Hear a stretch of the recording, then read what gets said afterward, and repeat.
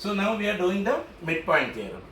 So the first theorem is a line segment joining the midpoints of any two sides of a triangle is A parallel to the third side. See, this is the triangle ABC, E and F are the two midpoints.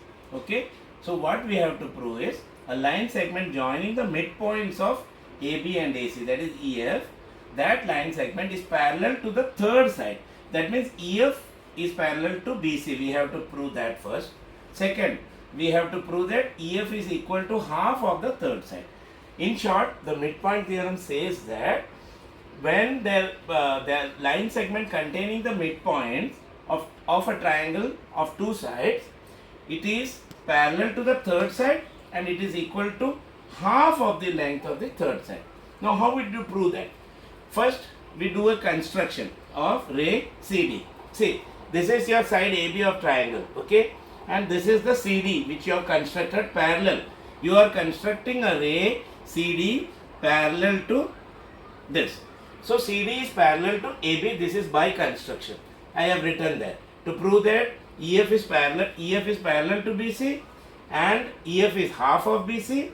And now this is to prove construction is construct ray CD parallel to side AB. Okay. Now see, two triangles are formed. With this construction, we can see two triangles AEF and CDF. Two triangles are formed. First, we will prove that these two triangles are congruent. Okay. So in triangle AEF and triangle CDF, AF is equal to CF. See, AF, this part, AF is equal to CF. What is the reason? Because it is given. F is the midpoint of AC. F is the midpoint of AC. Therefore, AF is congruent to CF. Second point, EAF is congruent to CFD. Okay, EAF is congruent to DCF. Reason? Alternate angles. See, this angle is congruent to this angle.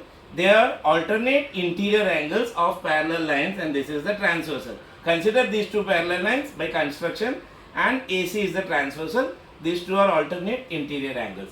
So we have got one side equal and one angle equal. Correct? Now these two angles are equal to each other. That is AFE is equal to CFD. Reason? Vertically opposite angles.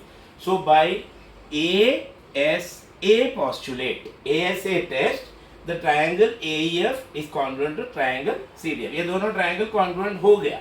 Now see, once these two triangles are congruent, what you are established? AE is equal to CD. This AE is equal to CD.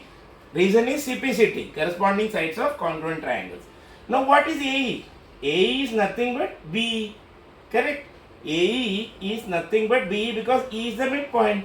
So BE is congruent to CD. BE is equal to CD. Okay? BE is equal to CD because E is the midpoint of AB. Now once BE is equal to CD and EF is parallel to, BE is equal to CD and this is parallel to this. What does this establish? These two are parallel, opposite sides are congruent. Therefore, BECD is a parallelogram. Okay? BECD is a parallelogram. Now, once this is a parallelogram, what do we establish? ED is parallel to this one. ED is parallel to BC. Now, what is ED? ED is nothing but we can also say EF is parallel to BC. Correct?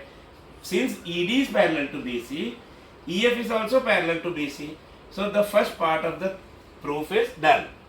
Parallel to the third side. That is EF is parallel to BC. Now we are proceeding further to prove the second part of the proof. That is it is equal to half of the third side. Now see, BC is equal to ED. BC is equal to ED. Okay? Because BECD is a parallelogram. Opposite sides are equal. BC is equal to ED. Okay? You agree with me? BC is equal to ED. Now, EF is equal to FD. What is the reason?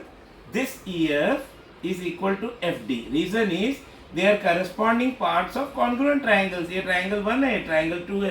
So, EF is equal to FD. We have already proved CPCT. Okay? Now, since EF is equal to FD, EF is equal to half of ED. EF is equal to FD. Therefore, EF is equal to half of FD, ED. Correct?